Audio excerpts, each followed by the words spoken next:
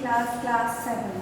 Now, today I will discuss the remaining part of the chapter 1, history, when, where and how. In the previous video lecture, we discussed about the importance of geographical factors that are related to the Uttarapan and Dachinapan, and the different types of sources of the history. Like the history sources are divided into two parts: archaeological sources and literary sources. Now today we will discuss in detail archaeological sources and literary sources. Archaeological sources are divided into different types like monuments, coins, inscription, etc. Whereas literary sources are divided into different types like literary text, secular text, and the text related to the rulers, and many more things we will discuss in this chapter. So let's start this chapter through the book. So come on the book.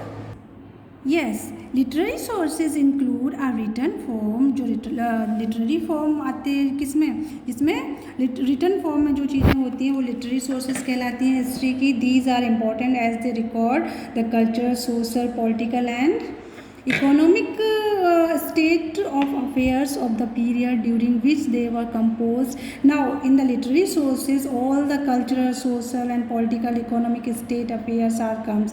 जो भी literary sources होते हैं उसमें ये सारी चीज़ें written form में होती हैं. Differences scripts such as Brahmi, Kharosthi, Devanagari, Aramaic, Roman, pictographic were used to compose these texts. इस प्रकार से आप देख सकते हैं कि how ब्राह्मी, खरोष्टी और Devanagari, Aramaic, Roman, pictographic etc. these scripts are used to noted the history as literary sources.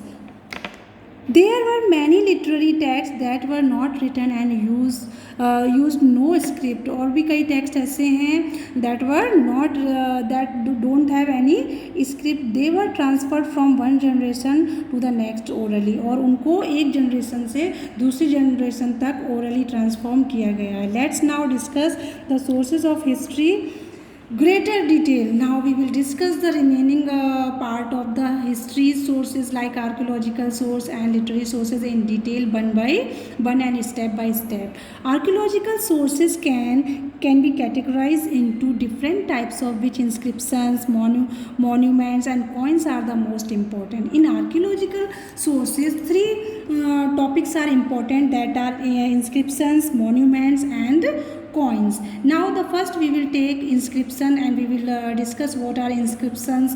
जो शिलालेख होते हैं वो क्या होते हैं. Writings on pillars, rocks, cave, walls of forts, clay tablet, metal plates, houses and tombs etc. are inscriptions. Now you can define the inscription as the writings on the pillar, rocks, cave, wall of forest, clay tablet, metal plates, houses and tombs are called inscriptions. इन्हीं को शिलालेख कहा जाता है जो चट्टानों पर, दीवारों पर, घरों पर, टॉम पर, यानी कि जो समाधि स्थल होते हैं वहाँ, गुम्बदों पर जो राइटिंग्स होती हैं उनको इंस्क्रिप्शंस कहा जाता है. These inscriptions provide political and social information of the past. और ये इंस्क्रिप्शन से हमें पॉलिटिकल और सोशल इन्फॉर्मेशन मिलती है पास्ट के बारे में. We learn the names of the kings, the religious and cultural practices of the people and so on. और इस प्रकार से हम देखते हैं कि किस प्रकार से जो राजाओं के नेम्स हैं, रिलीजन्स और कल्चरल प्रैक्टिसेस हैं वो इन पर इंस्क्राइब्ड होती है. आप देख सकते हैं one picture is giving that is related to the inscription engraved on the stone tablet. एक पत्थर की टैबलेट पर इसको राइट किया गया है, पत्थर के टुकड़े पर इसको राइट किया गया है. और भी स्ट्रक्चर्स हैं जो हमें इनवैल्यूएबल इंफॉर्मेशन प्रोवाइड करते हैं. Now next topic is monuments. जो आपके मोन्यूमेंट्स होते हैं, स्मारक होते हैं, वो कौन कौन से हैं और कैसे वो आर्कियोलॉजिकल सोर्सेज के अंदर आते हैं. Old building such as forts, palaces, temples, mosques, cemeteries, etc., which were built for some special purpose are called monuments. जो भी old buildings होती है that are related to the forts, palaces, temples, mosques and cemeteries, कब्र जो कब्रों से related होती हैं, and these are comes in the monuments. All the old buildings come in the monuments. The study of old monuments show the artistic skill of that time, the social life, their religious beliefs, their culture etc. इस प्रकार से आप देख सकते हो किस प्रकार से the study of old monuments help to understand the artistic skill and religious belief that belong to that particular ruler. We can study through the monuments. Now next, Sanchi Stup, the university at Nalanda, the Soul temple at Mahabalipuram, etc. are some examples of ancient Indian monuments. Now you can saw the examples of the monuments like Sanchi Stup, university at Nalanda, the Soul temple at Mahabalipuram. These are the examples of Indian monuments. Now the next, the description of buildings erected for religious or civil purposes such as temples, stupas, palaces and private houses point to the conditions prevailing in ancient times. Monuments of identical character excavated in the Indian and abroad establish a link between various areas of the globe, suggesting that people from ancient India reached foreign lands. The temple of Angkor Wat in Cambodia, now underline that is most important. Where is Angkor Wat temple? Angkor Wat temple कहाँ पर है? In Cambodia, that is outside of the India. Outstanding example, this is the outstanding example of the monument, and Brahmanical, Buddhist and Jain monuments help us to know the history of different religious system in ancient times. Now you can see that how these monuments are important to take the knowledge about the past or about the ancient.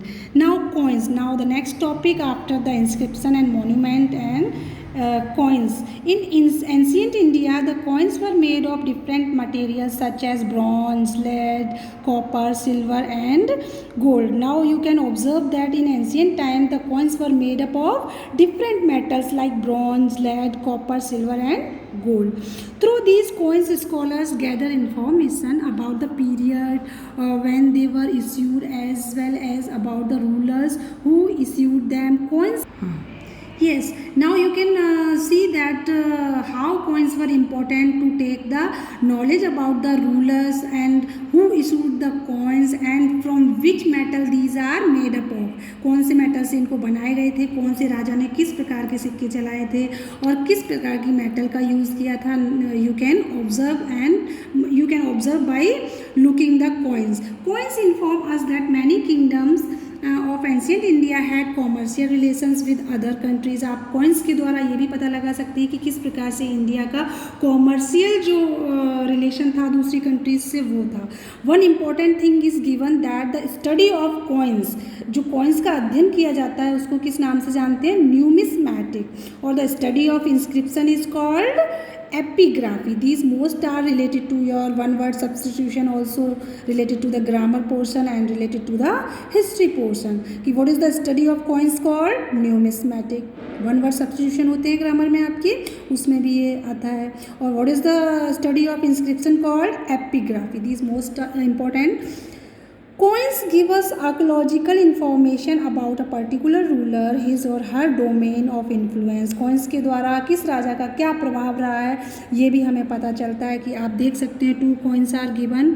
इस जो किस metal से बने हुए हैं वो हमें history में मेंशन होता है. किस राजा ने चलाए थे, किस राजा ने इशू करवाया था उनको, ये सारी चीज़ें हिस्ट्री में एक क्रोनोलॉजिकल ऑर्डर में मेंशन होता है.